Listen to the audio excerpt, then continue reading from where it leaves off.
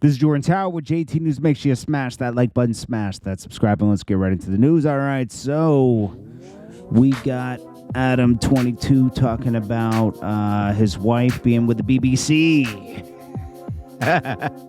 Now, Adam22 has taken this head on. Okay, his girl did it about a week ago. And I'll admit, he's talked about it openly with the WAC 100 and a bunch of other people. He's let academics talk about it. He gave everybody the green light to talk about it so he could get it out the way. He said, it's officially been a week. I let my wife do a, explicit scene with another guy. Felt a little jealous at first, but overall, it wasn't a big deal. She watched me sleep with hundreds of girls, and it never affected our relationship. Sleeping with that gentleman has been amazing for both her career and our business Plug Talk show. I overall think I'm glad we did it, and I'm happy to report her, private area has returned to original pre-BBC size. Now, I mean, he can have some humor about it.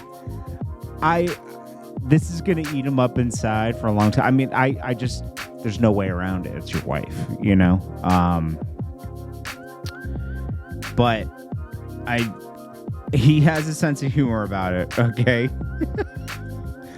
But I don't know about this, man. I mean, I'm different, everybody's different. Me, I wouldn't be able to share somebody I love like that with anybody else. And I wouldn't want them to share me, but hey man, it's different. That's all I can say. And it's not the kid, stop saying it's a white thing. It's not. It's just, you're a different guy. You're a different person. T.I. does this with his wife. I don't know how he does that. Now, little Zay Osama says he wouldn't care if his girl was with 1 million men before him. Could have messed with 1 million guys before me. I wouldn't care. I'd still love you. Is this guy in jail or not? He's had like 1 million fed things and still out? What's going on with this guy? Rick Ross spots another person parachuting in his property. He says, hey, just don't land on my roof. Then he films the guy who landed. Obviously, he got in touch with the guy from the car show. And they did they let him do the parachuting again. And I think Rick Ross has a pool party on the 4th. Maybe they're doing a dry run for that. Suki Hana says, Tasha K is targeting me because of Cardi. We all know it. I realized when I asked her, could she leave me alone? And she said, go ask that Cardi for a feature. This is deeply rooted. They finna bring out the old Suki, cha. She says, I'm not gonna lie. This lady is evil, and I've been trying to ignore her cyberbullying for a long time. She's gonna bring the old Suki out. Natalie Nunn is losing her mind over Nikki mentioning her in a verse. She's going everywhere, having people play it. She's just drinking to it. It's just, hey, I guess this is the height of her whole life. It's all good. Let's see. Then we got Jet Life. So the Freddie Gibbs dissed Currensy. He said, guess we were going to do the second album, but we never did. He didn't even do the video, didn't do any support for the first album. He's this and that. Who would diss Currensy? Currency's like one of the most peaceful people ever. But his Currency's DJ fired back and says, I really got friends who would slide.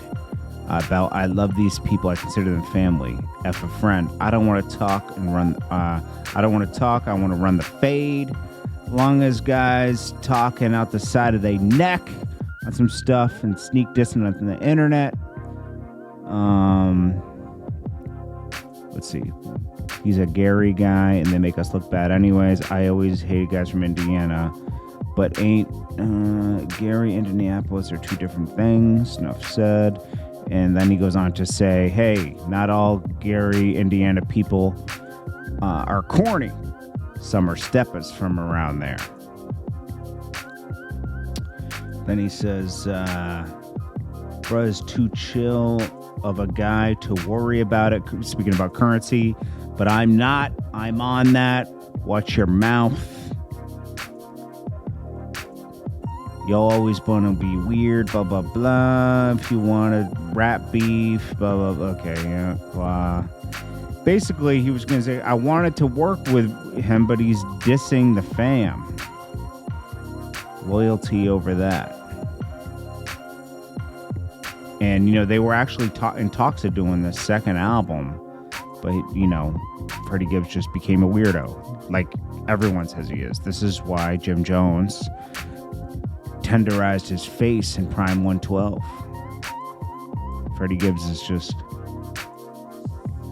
It's just unnecessary. The things he does, he should just be a commentator. He shouldn't be a rapper. He should just comment on rap.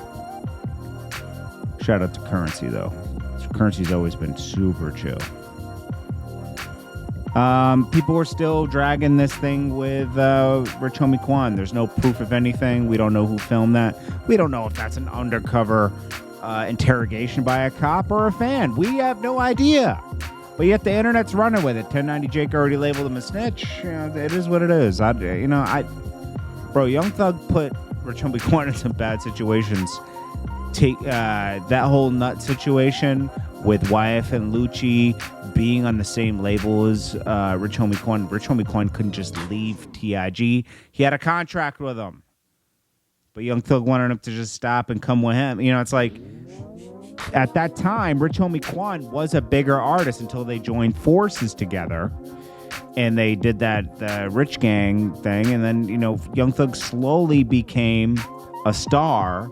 Young Thug didn't become a solidified star until like 2018. Don't forget that. That's when he started selling over 100,000. 2017 and 18. Before that, Young Thug could barely sell. It took a while for it to catch on. So I know Young Thug's the bigger artist now, and YSL stood the test of time, but it took a while to build to that. Anyways, this is Jordan Tower with JT News. I appreciate you all. I'll check you on the next one. Peace.